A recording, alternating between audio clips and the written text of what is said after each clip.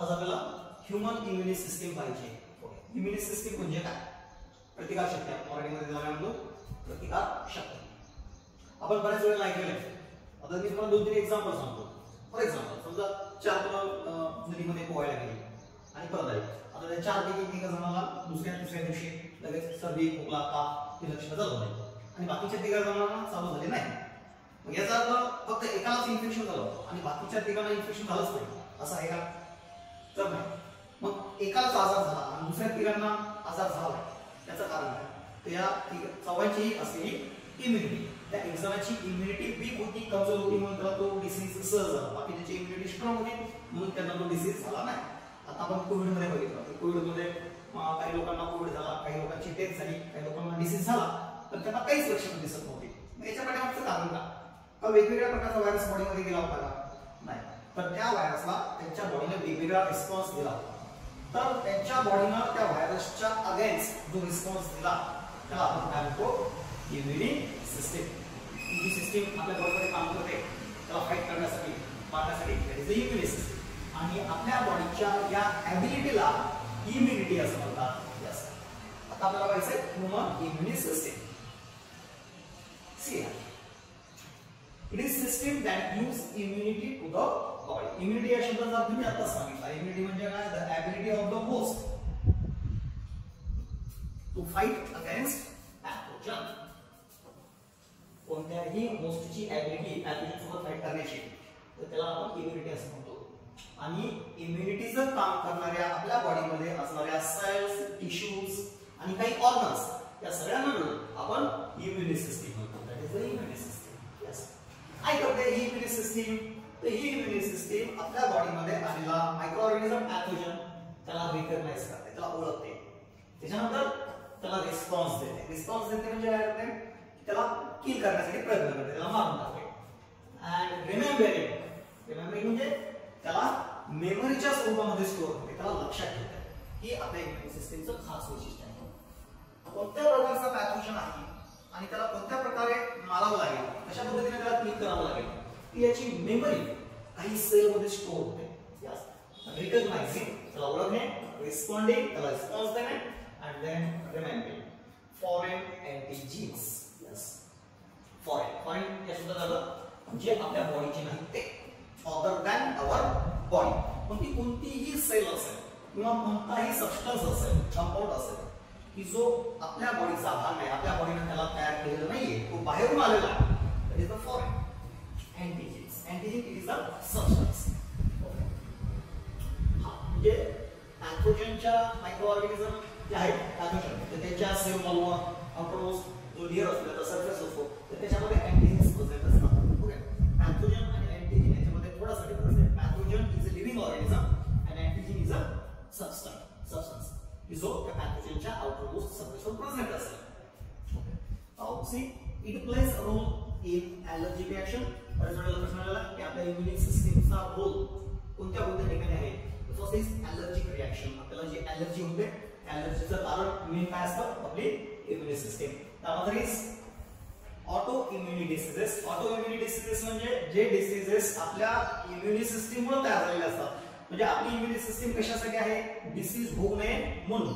परंतु कधी कधी आपली इम्युनि सिस्टीम सेल्फ आणि नॉन सेल्फ म्हणजे स्वतःच्या आणि परक्या या 2 सेलमध्ये डिफरन्शिएट करू शकत नाही, त्यांना ओळखू शकत नाही. आणि अशा वेळेला आपल्याच बॉडीच्या सेलला आपली इम्युनि सिस्टीम घातक करते आणि त्याच्यामुळे जो डिसीज निर्माण होतो त्याला म्हणतात ऑटो इम्युनि डिसीज.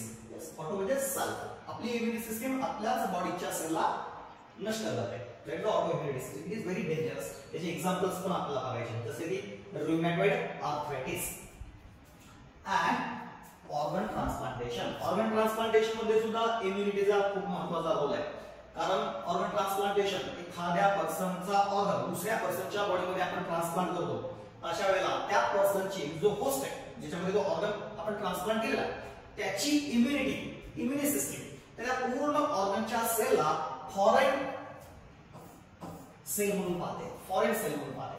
आणि इम्युनि सिस्टीमचं वैशिष्ट्य काय आहे? जे कोणी फॉरेन दिसेल त्याच्यावर अटॅक करणे, त्याला रिस्पॉन्स देणे आणि त्याच्यासोबत फाईट करून त्याला नष्ट करणे ही इम्युनि सिस्टीमची स्पेशलिटी, खास वैशिष्ट्य आहे.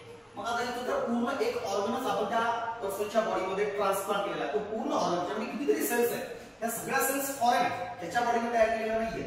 मग अशा वेळेला त्या पर्सनची इम्युनिटी त्या ऑर्गन सोबत फाईट करते, त्या ऑर्गन मधल्या सेलला डिस्ट्रॉय करते, नष्ट करून टाकते आणि ऑर्गन ट्रान्सप्लांटेशनला फेल करते. तेव्हा ऑर्गन ट्रान्सप्लांटेशन मध्ये सगळ्यात महत्त्वाचा इश्यू, मोठा प्रॉब्लेम जर काय असेल तर त्या पर्सनची इम्युनिटी. ती इम्युनिटी त्या ऑर्गनला ऍक्सेप्ट करत नाही. मग याच्यासाठी काय केलं जातं ते आपण नंतर बघू. It includes lymphoid organs. आता ही इम्युनी सिस्टीम हा शब्द आपण पुन्हा जो ऐकतोय त्या इम्युनी सिस्टीम मध्ये नेमकं काय काय असतं.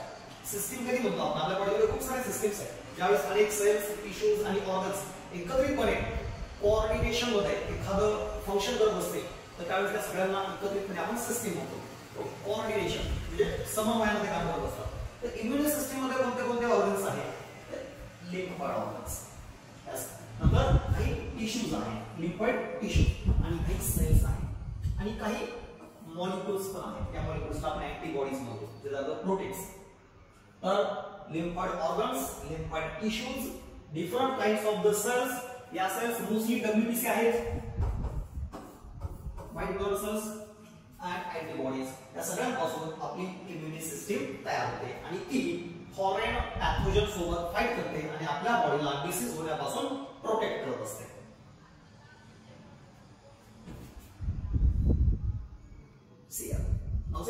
Lymphoid organs. आता आपल्याला लिम्फोइड ऑर्गन्स बघायचे. लिम्फोइड ऑर्गन्स नेमके काय आहेत आणि ते कुठे असतात.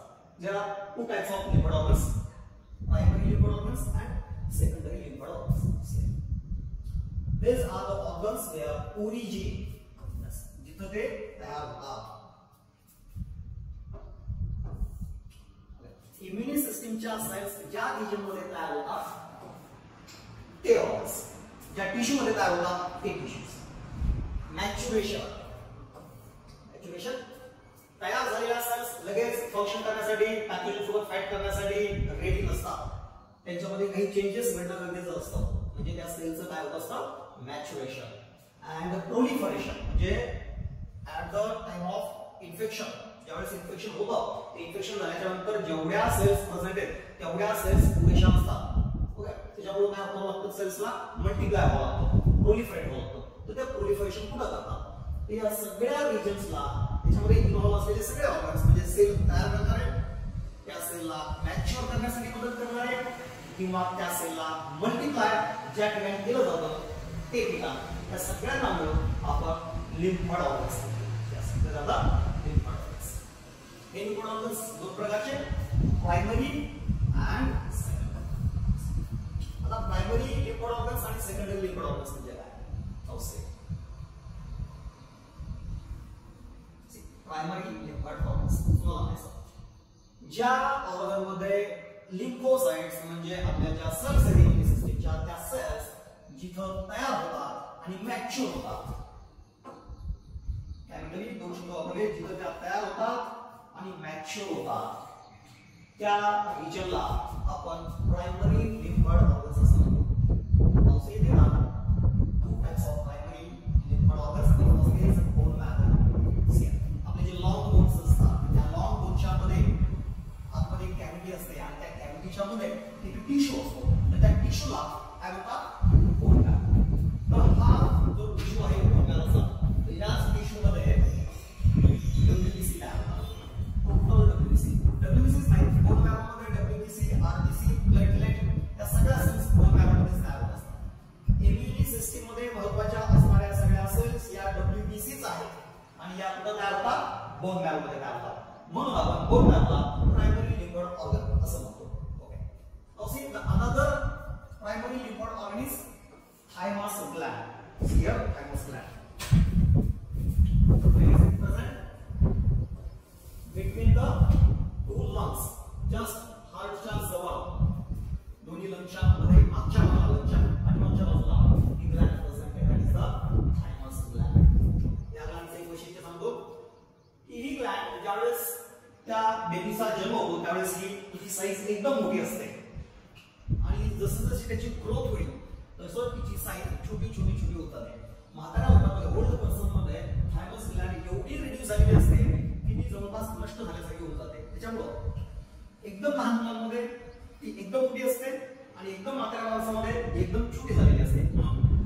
ओल्डर एज मध्ये इम्युनिटी कमी होत असते आणि लहान मुलांमध्ये पण इम्युनिटी कमी असते. त्याचं कारण आपण नंतर बघणार आहे. ओके, ही थायमस ग्लँड, या ग्लँडमध्ये काही WBCs म्हणजेच लिम्फोसाइट्स मॅच्युअर होतात, तयार होतात बोन मॅरो मध्ये आणि थायमस ग्लँडच्या ठिकाणी ते मॅच्युअर होतात आणि नंतर मग त्या पुढे जातात. या दोन ऑर्गनला आपण प्रायमरी लिम्फ ऑर्गन म्हणतो, जिथं सेल्स तयार होतात आणि त्या ठिकाणी सेल मॅच्युअर होतात. Yes, the bone marrow and thymus Gland.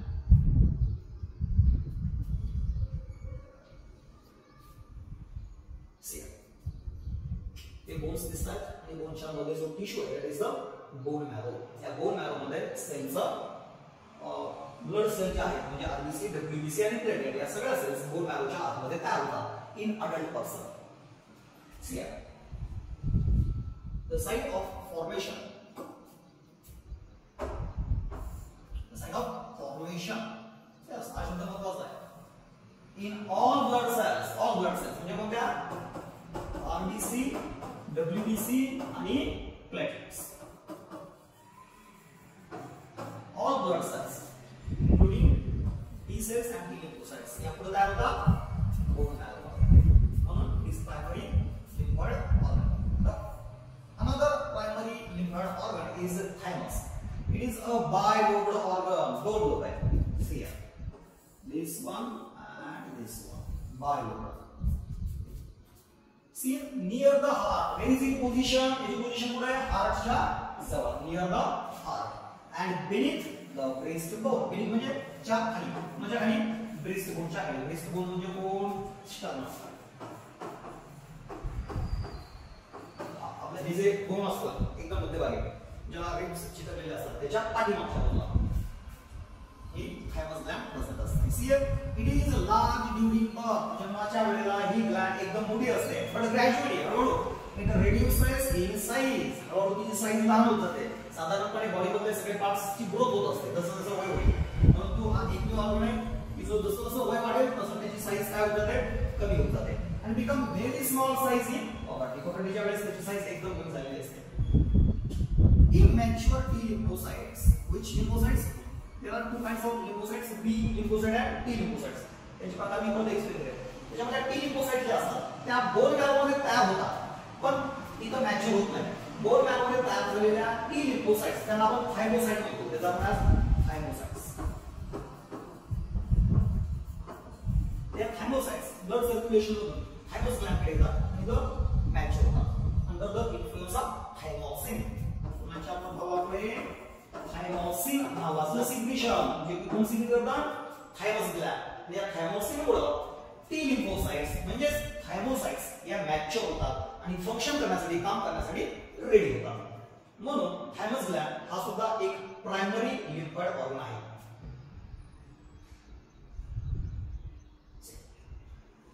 Secondary lymphoid organs. आता सेकंडरी लिम्फॉइड ऑर्गन्स म्हणजे ज्या ऑर्गन मध्ये इम्युनी सिस्टीमच्या सेल्स प्रोलिफरेट होतात किंवा त्यांचं काम करण्यासाठी रेडी होतात त्या रिजनला आपण सेकंडरी लिम्फॉइड ऑर्गन्स असं म्हणतो. Okay, there is secondary lymphoid organs. लक्षात ठेवायचे तुम्हाला. First is spleen, another is lymph nodes, next tonsils, they are patches, the mucosa associated lymphoid tissue. याला शॉर्टली मार्ग म्हणतात. म्हणजे आपल्या बॉडीमध्ये जिथे जिथे म्युकस मेम्ब्रेन असेल, respiratory tract, digestive tract, urogenital tract या ठिकाणी आतमधली जी लाइनिंग आहे म्युकस मेम्ब्रेनने तयार केलेली तर त्या लाइनिंग मध्ये हा टिश्यू प्रेझेंट आहे म्हणून त्याचं नाव आहे म्युकोसा असोसिएटेड. म्युकोसा सोबत असलेला lymphoid tissue, that is the mark. पूर्ण लिम्फॉइड टिश्यू मध्ये याचं प्रमाण खूप जास्त आहे, 50% पेक्षा जास्त आहे. The last one is appendix. हे सगळे सेकंडरी लिम्फॉइड ऑर्गन्स आहेत. That's the secondary lymphoid organs. इथं इम्युनी सिस्टीमच्या सेल तयार होत नाही किंवा मॅच्युअर होत नाही तर तिथं त्या स्टोअर केल्या जातात आणि वेळ प्रसंगी म्हणजे इन्फेक्शन झाल्याच्या नंतर मल्टिप्लाय होतात, प्रोलिफरेट होतात आणि त्याची ऍक्शन सुद्धा त्याच रिजन मध्ये पाहायला मिळते. म्हणून यांना आपण काय म्हणतो? Secondary lymphoid organs.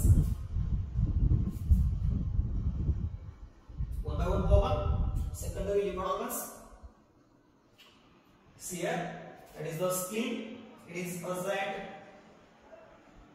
near the stomach. Stomach च्या जवळ हा organ present आहे, याला आपण spleen असं म्हणतो. Yes, that is the spleen. bean shaped organ. एवढ्याच्या आकाराचा हा एक मोठा लार्ज साईजचा organ आहे. याचं काम आहे सगळ्या प्रकारच्या बॉडीमध्ये डेड झालेल्या सेल्स, स्पेशली आरबीसी, तर त्यांना डिस्ट्रॉय केलं जातं या रिजन मध्ये, किंवा जे नष्ट झालेले पॅथोजन्स आहेत ते पॅथोजन सुद्धा त्याला इथे डिस्ट्रॉय केलं जातं. थोडक्यात आपण त्याला असे म्हणू शकतो, इट इज द ग्रेवयार्ड. म्हणजे ही एक प्रकारची बॉडीमधली स्मशानभूमी आहे जिथं बॉडीमधल्या सेल्स डिस्ट्रॉय केल्या जातात, नष्ट केल्या जातात, स्पेशली आरबीसीज इथे डिस्ट्रॉय केल्या जातात. म्हणून आपण याला म्हणतो graveyard of RBC. It is the first secondary lymph organ. The next is the Peyer's patches. See are Peyer's patches.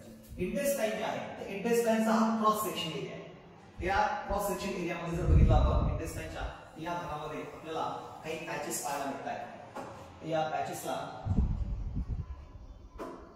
हा पार्ट बस ही पॅचेस दिसतात. त्या पॅचेसला काय म्हणतात?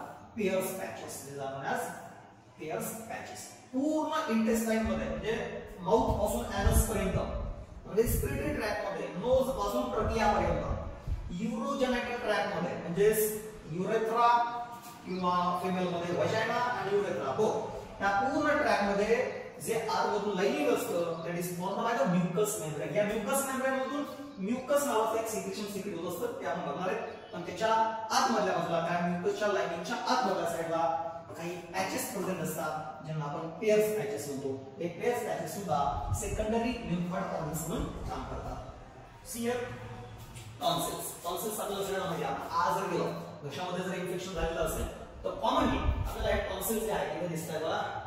सी हिअर टॉन्सिल्स आहे, नॉर्मल टॉन्सिल आहे. पण जर इन्फेक्शन झालेलं असेल तर या ठिकाणी सेलचं प्रोलिफरेशन होतं, सेल मल्टिप्लाय होतात, तिथे ऍक्शन चालू होते आणि आपोआपच टॉन्सिलची साईज काय होते? enlarge होते. टॉन्सिल फुटतात, त्याच्यावर स्वेलिंग व्हायला लागतं, ते रेडनेस लाल होणार असतो. अशा वेळेला समजून जायचं टॉन्सिल मध्ये सध्या इन्फेक्शन झालेलं आहे आणि इथं आपल्या इम्युनी सिस्टमच्या सेल्स पॅथोजन सोबत फाईट करत आहेत, म्हणून हे इन्फ्लेमेशन झालेलं आहे. That is the tonsils and appendix. Where is present? Small intestine and large intestine. याचं जे जंक्शन आहे that is the small intestine. आणि small intestine कशामध्ये उभं होते? पुन्हा large intestine. ओके, याला म्हणजे जे जंक्शन आहे याला आपण सिकम म्हणतो. या सिकमच्या ठिकाणी स्मॉल वर्म लाईक त्या अळीप्रमाणे एक एक्सटेन्शन इथे प्रेझेंट असतं, त्याला आपण काय म्हणतो? Appendix. It is also the secondary lymphoid organ. Yes, spleen. It is bean shaped. The shape contains lymphocytes and thyrocytes. काय present असतं यामध्ये? lymphocyte आणि thyrocytes.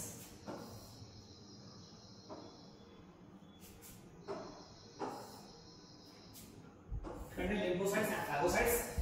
Removes worn out RBCs. खराब झालेल्या RBCs, जुन्या झालेल्या, dead झालेल्या RBCs and microorganisms from the blood. blood मधून ही सगळे जे dead material आहे सेल्स तर ते डिस्ट्रॉय केलं जातं, त्याला सेपरेट केलं जातं, सेल मधला एक ना एक पार्टिकल वेगळा केला जातो आणि तो परत यूज मध्ये आणला जातो. हे काम कुठं घडतं?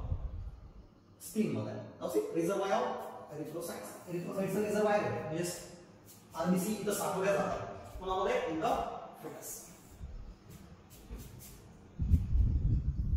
म्हणून आपण स्प्लीनला ग्रेवयार्ड ऑफ आरबीसी असं म्हणतो. आरबीसीची स्मशानभूमी. Lymph nodes. लिम्फ नोड्स काय? जसे आपल्या बॉडीमध्ये सर्क्युलेटरी सिस्टम प्रेझेंट आहे, ब्लड व्हेसल्स प्रेझेंट आहेत, तशा लिम्फॅटिक व्हेसल्स प्रेझेंट असतात आणि या लिम्फॅटिक व्हेसल्स मध्ये थोड्या थोड्या अंतरावर नोड्स प्रेझेंट असतात. या नोडला लिम्फ नोड असं म्हणतात. दिस आर द लिम्फ नोड्स. आणि हे जे ट्रॅक दिसतात, हे व्हेसल दिसतात, त्या लिम्फॅटिक व्हेसल्स आणि या एक लिम्फ नोड्स. मध्ये लिम्फ नोडची संख्या जास्त करून नेक रिजन मध्ये असते, एक्झिलर रिजन मध्ये असते आणि ग्रोइंग रिजन मध्ये असते. त्या लिम्फ नोड मध्ये लिम्फोसाइट स्टोअर केल्या जातात, मल्टिप्लाय होतात आणि त्या तिथं पॅथोजन सोबत फाईट करतात.